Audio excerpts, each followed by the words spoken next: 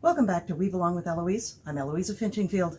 'Tis the season, as they say, and whether you celebrate Christmas or Hanukkah, which is not Jewish Christmas, but that's another TED Talk, or Kwanzaa, or any other end-of-the-year holiday, this is the season for celebrating friends and family, gift-giving, good health, and good harvests. Gift-giving is an honored tradition throughout the world, throughout the centuries. From the stories of the wise men coming in to bring gifts for the baby, or from Norse mythology where there's this tradition of gift-giving, and through the Middle Ages with the tradition of noblesse oblige, which is an inferred responsibility that the noble people should give generously to those who are less fortunate. A sort of, with great power comes great responsibility.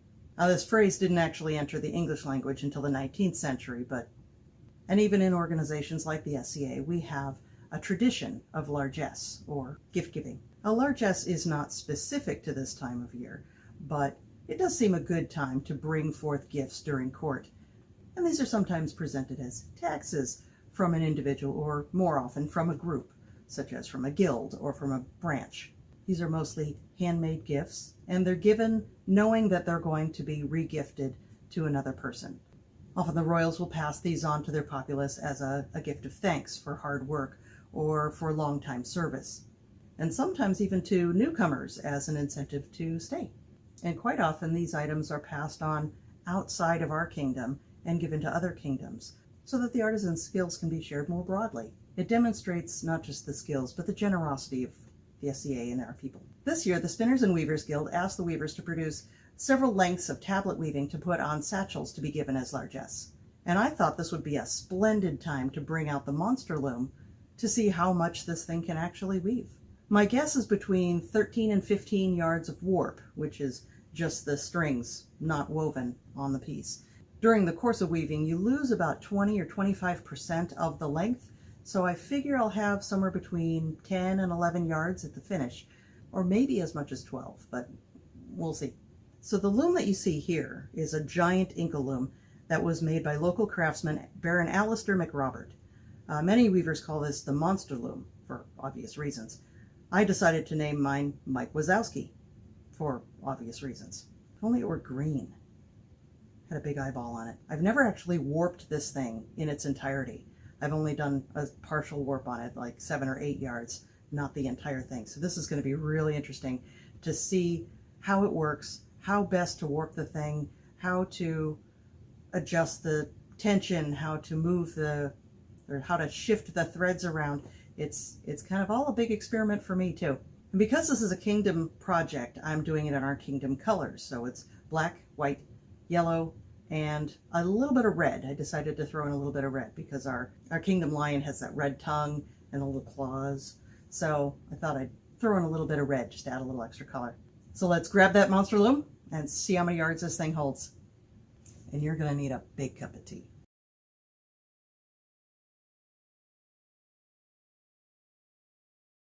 So the first thing I needed to do is figure out which pathway to follow around all of these pegs to maximize the yardage. And one of the things that I realized is that, first of all, I lost the warping guide that was given to me by the maker. So one thing you'll notice is that there's more pegs up on the top here than there are down below. That kind of alters the plans on how to go about this. So if you follow this up and over this way, and then go around this way, this peg does nothing. So it's kind of a waste of a peg. And then if you go around this way and go down around this lower peg, then this peg does nothing. So you're wasting that peg as well. Eventually you're going to have leftover pegs up here. I tried a couple of different options, and I think the one that I like best is to go around this peg and back to here, and then around this peg and back to here, and then around this peg way over here and back to this one. And that adds a lot of extra length to my warp, and I'm pretty excited about that. So now I'll go down and up, go around this last peg, down and up, and repeat.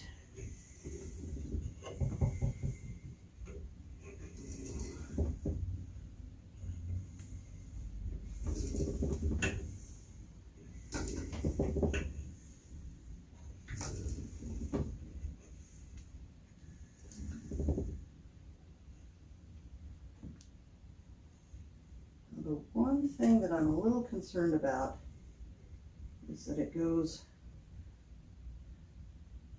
nope, I can't do that. I can't go over that peg because it'll tangle up with these ones. So the final run goes around this tension bar here and back up to the top.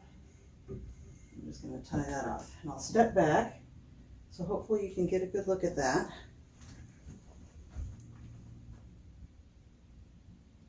But once I warp up a little bit more, you'll be able to see more of the threads, and I'll give you a close-up view. But in the end, all of the pegs get used except for this one. And that makes me pretty happy. And I think I've really maximized the amount of warp that I can do. This is going to take a lot of time, so I think I'm going to have to put this on a time lapse, and then you can watch me warp up the whole thing. Oh, what am I missing? Sharp scissors.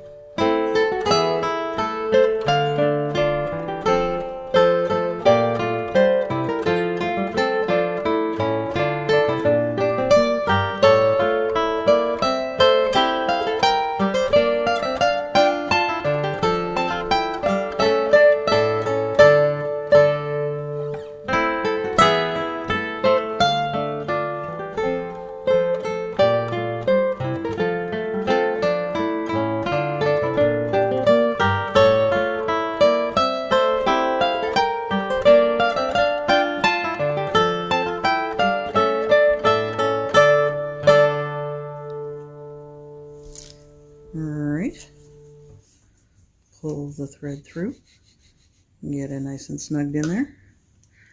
Turn all your cards forward.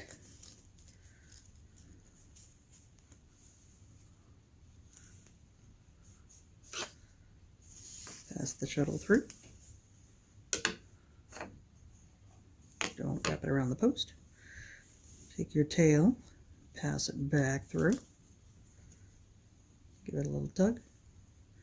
Turn the cards forward. Pass the shuttle through.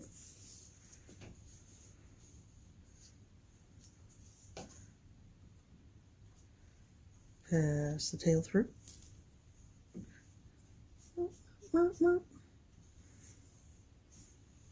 Turn the cards forward.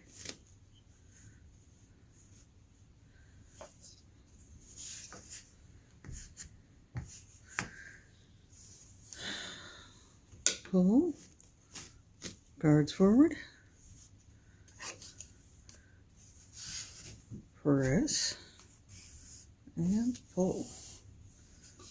Now this is a very simple pattern. I chose it because it's simple, and I added a few extra cards on the edges to make it wider.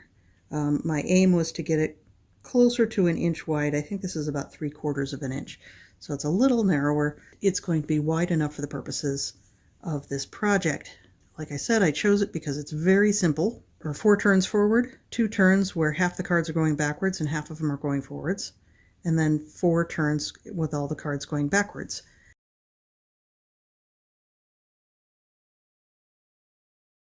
Eventually, the cards will become over twisted in one direction and you can just flip it and the zigzag S's will reverse positions.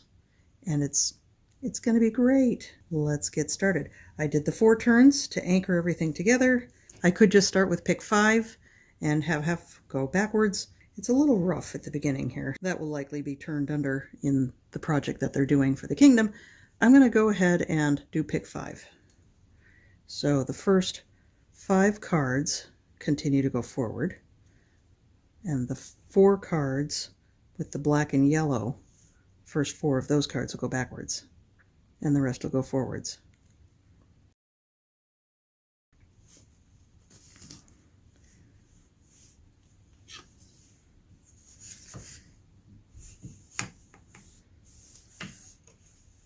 And then turn one more time.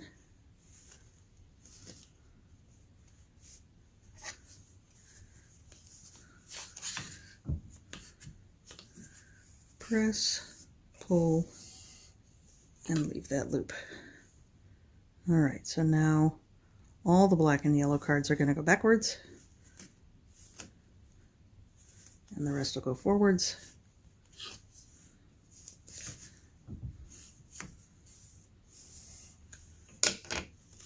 For 4 picks. 2,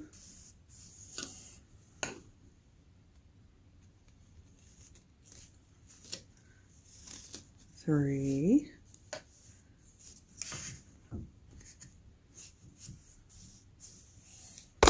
4. Ooh. I knew I was going to do that eventually. Sorry about that. You okay? And 4. Hmm.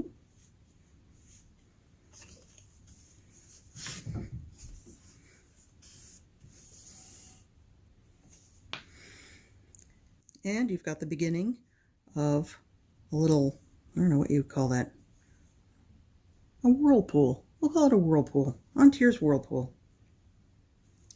Because it's raining so much. 'Tis the season. All right, we're going to do all the cards forward again for 4 picks. 2,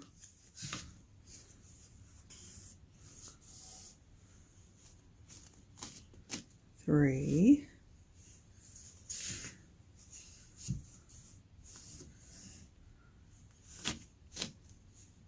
4,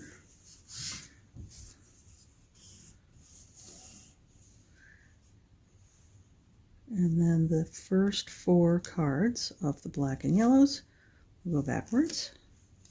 The rest go forwards.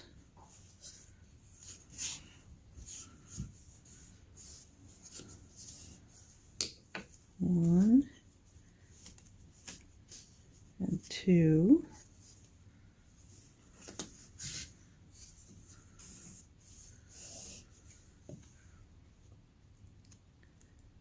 And then all the black and yellows will go backwards.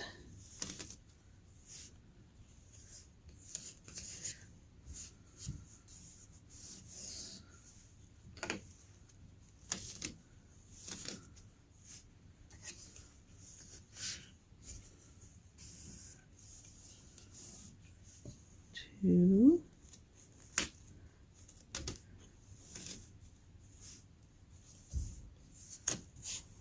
3,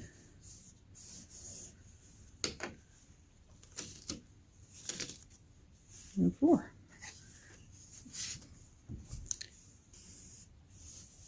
And that's all there is to this pattern. It's very simple, it's very fast, and yeah, you don't have to think too hard while you're working it. And you really don't need to look at the pattern. You just keep on weaving.